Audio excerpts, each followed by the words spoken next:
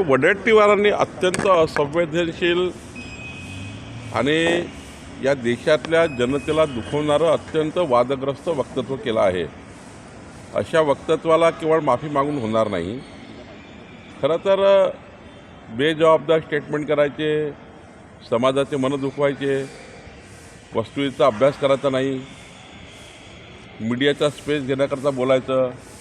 पण एका आपल्या बोलण्याने समाजावर काय परिणाम होतील, ज्या घटनेत जे परिवार त्या ठिकाणी उद्ध्वस्त झाले त्यांच्यावर काय परिणाम होईल, एकंदरीत तपास यंत्रणा ज्या पद्धतीनं कार्य करतात त्या यंत्रणावर काय त्या ठिकाणी परिणाम होतील।